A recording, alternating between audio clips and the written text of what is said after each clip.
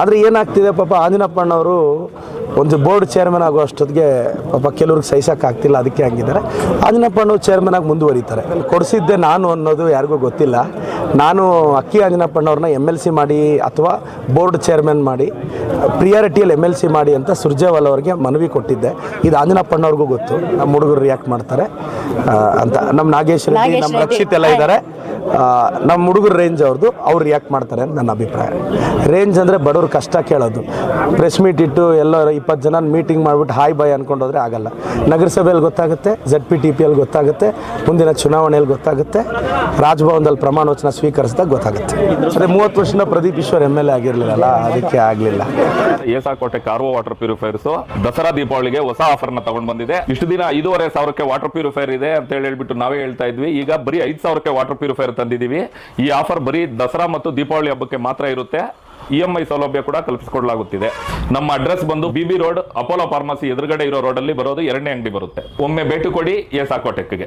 4ನೇ ವಾರ್ಡಲ್ಲಿ ಒಂದ್ಸಲ ಒಂದು ರಸ್ತೆ ಬೇಕು ಅಂತ ಹಾಕಿದ್ರು, ಆ ರಸ್ತೆ ಮಾಡಿಸಿದೆ. ಮತ್ತೆ ಅಫಿಷಿಯಲ್ಸ್ ಇರೋ ಏರಿಯಾ ಮತ್ತೆ 35 ಲಕ್ಷ ವೆಚ್ಚದಲ್ಲಿ ಇನ್ನೊಂದು ರಸ್ತೆ ಮಾಡಿಸಿದ್ರಿ.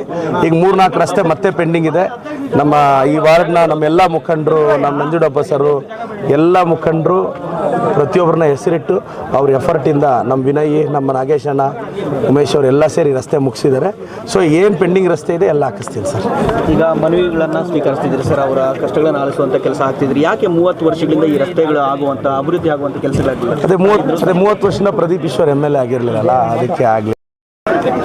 ನಾನು ಪ್ರಶಾಂತ್ ನಗರ ಅಂದರೆ ಸಿಕ್ಕಾಪಟ್ಟೆ ರೋಡ್ಗಳು ಆಗೋಗಿರುತ್ತೆ ಅಂತ ನಾನು ಅಂದ್ಕೊಂಡಿದ್ದೆ. ಆದರೆ ಬಂದಮೇಲೆ ಗೊತ್ತಾಯ್ತು ಇನ್ನು ರಸ್ತೆಗಳೆಲ್ಲ ಕಂಪ್ಲೀಟ್ ಆಗಬೇಕು ಅಂತ. ಈಗ ನನ್ನ ಗಮನಕ್ಕೆ ಬಂದಿದೆ, ಎಲ್ಲ ಕ್ಲೀನಾಗಿ ಹಾಕಿಸ್ತೀನಿ ಸರ್. ಆಂಜನಪ್ಪ ಅವರಿಗೆ ಬೀಜ ನಿಗಮ ಸ್ಥಾನ, ಅಧ್ಯಕ್ಷ ಸ್ಥಾನ ಆಗುತ್ತೆ, ಅದರ ತಡೆ ಹಿಡಿದಿದ್ದಾರೆ. ಅದರಿಂದ ಶಾಸಕರ ಕೈವಾಡ ಇದೆ ಅಂತ ಕೆಲವರು ಮಾತಾಡ್ಕೊಂಡಿದ್ದಾರೆ. ಅದನ್ನು ಕೊಡಿಸಿದ್ದೆ ನಾನು ಅನ್ನೋದು ಯಾರಿಗೂ ಗೊತ್ತಿಲ್ಲ. ನಾನು ಅಕ್ಕಿ ಆಂಜನಪ್ಪಣ್ಣವ್ರನ್ನ MLC ಮಾಡಿ ಅಥವಾ ಬೋರ್ಡ್ ಚೇರ್ಮನ್ ಮಾಡಿ ಪ್ರಿಯಾರಿಟಿಯಲ್ಲಿ MLC ಮಾಡಿ ಅಂತ ಸುರ್ಜೇವಾಲ ಅವ್ರಿಗೆ ಮನವಿ ಕೊಟ್ಟಿದ್ದೆ.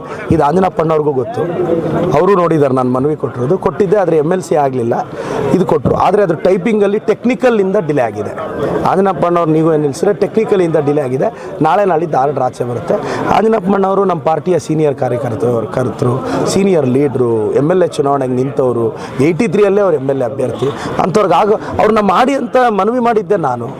ಆದರೆ ಏನಾಗ್ತಿದೆ ಪಾಪ ಆಂಜನಪ್ಪಣ್ಣವರು ಒಂದು ಬೋರ್ಡ್ ಚೇರ್ಮನ್ ಆಗೋ ಅಷ್ಟೊತ್ತಿಗೆ ಪಾಪ ಕೆಲವ್ರಿಗೆ ಸಹಿಸೋಕ್ಕಾಗ್ತಿಲ್ಲ, ಅದಕ್ಕೆ ಹಂಗಿದ್ದಾರೆ. ಆಂಜನಪ್ಪಣ್ಣವ್ರು ಚೇರ್ಮನ್ ಆಗಿ ಮುಂದುವರಿತಾರೆ. ಅವ್ರಿಗೆ ಆಗುತ್ತಾ ಬೇರೆ ಅವ್ರನ್ನ ಮಾಡಿ ಅಂತ ನಾನು ಆರ್ಡರ್ ಮಾಡಿಸಿದ್ದೀನಿ. ಟೆಕ್ನಿಕಲ್ ಪ್ರಾಬ್ಲಮಿಂದ 4-5 ಜನದ ಹೆಸರು ಬಿಟ್ಟು ಹೋಗಿದೆ. ಈಗ ಎಲ್ಲರದ್ದು ಆಗುತ್ತೆ ಸರ್. ಸರ್, ಈಗ ಕಾಂಗ್ರೆಸ್ ಗ್ಯಾರಂಟಿಗಳಿಂದ ಕೆಲವೊಬ್ಬರು ಲಾಟ್ರಿ MLAಗಳಾಗ್ಬಿಟ್ಟಿದ್ದಾರೆ ಅಂತ ಹೇಳ್ಬಿಟ್ಟು ಸಂಸದ ಸುಧಾಕರ್ ಹೇಳ್ತಾರೆ. ನಾನು ನನ್ನ ರೇಂಜ್ ಅವ್ರ ಬಗ್ಗೆ ಮಾತಾಡ್ತೀನಿ. ನನ್ನ ರೇಂಜ್ ಯತ್ನಾಳು, ವಿಜಯೇಂದ್ರ, ಆರ್ ಅಶೋಕ್. ಅವ್ರ ಹೇಳಿಕೆಗೆ ಏನು ಹೇಳ್ತೀನಿ? ಕಾಂಗ್ರೆಸ್ ಗ್ಯಾರಂಟಿಗಳಿಂದ ಕೆಲವೊಬ್ಬರು ನನ್ನ ಬ್ಲಾಕ್ ಅಧ್ಯಕ್ಷರು ರಿಯಾಕ್ಟ್ ಮಾಡ್ತಾರೆ, ಅವ್ರಿಗೆ ನಮ್ಮ ಹುಡುಗರು ರಿಯಾಕ್ಟ್ ಮಾಡ್ತಾರೆ ಅಂತ. ನಮ್ಮ ನಾಗೇಶ್ ರೆಡ್ಡಿ, ನಮ್ಮ ರಕ್ಷಿತ್ ಎಲ್ಲ ಇದ್ದಾರೆ. ನಮ್ಮ ಹುಡುಗರು ರೇಂಜ್ ಅವ್ರು ರಿಯಾಕ್ಟ್ ಮಾಡ್ತಾರೆ ಅಂತ ನನ್ನ ಅಭಿಪ್ರಾಯ. ರೇಂಜ್ ಅಂದರೆ ಬಡವ್ರ ಕಷ್ಟ ಕೇಳೋದು. ಪ್ರೆಸ್ ಮೀಟ್ ಇಟ್ಟು ಎಲ್ಲರೂ 20 ಜನ ಮೀಟಿಂಗ್ ಮಾಡಿಬಿಟ್ಟು ಹಾಯ್ ಬಾಯ್ ಅಂದ್ಕೊಂಡೋದ್ರೆ ಆಗಲ್ಲ. ಇದೇ ಅಫಿಷಿಯಲ್ಸ್ ಇರೋ ವಾರ್ಡು, BJP ಭದ್ರಕೋಟೆ ಆಗಿದ್ದಿದ್ದು ವಾರ್ಡ್ನಲ್ಲಿ ಒಂದು ರಸ್ತೆ ಹಾಕ್ಸೋಕ್ಕಾಗಿಲ್ಲ. ಏನಾದರೂ ಮಾತಾಡಿದ್ರೆ IBL 20 ಜನಕ್ಕೆ ಕಾಫಿ ಕೊಡಿಸು, ಟೀ ಕೊಡಿಸು, ಮನೆ ಕರ್ಸ್ಕೊಂಡು 20 ಜನಕ್ಕೆ ಊಟ ಮಾಡು, ರಾಜಕಾರಣ ಅಂದರೆ ಇದು ಅಂದ್ಕೊಂಡಿದ್ದಾರೆ. 20 ಜನ ಲೀಡ್ರ್ಗಳನ್ನ ಇಟ್ಕೊಂಡು ರಾಜಕಾರಣ ಮಾಡಿದ್ರೆ ಎಲೆಕ್ಷನ್ ಸೋತೋಗ್ತಾರೆ. ಮೊನ್ನೆ ಅದೇ ಆಗಿದ್ದು ಅವ್ರಿಗೆ.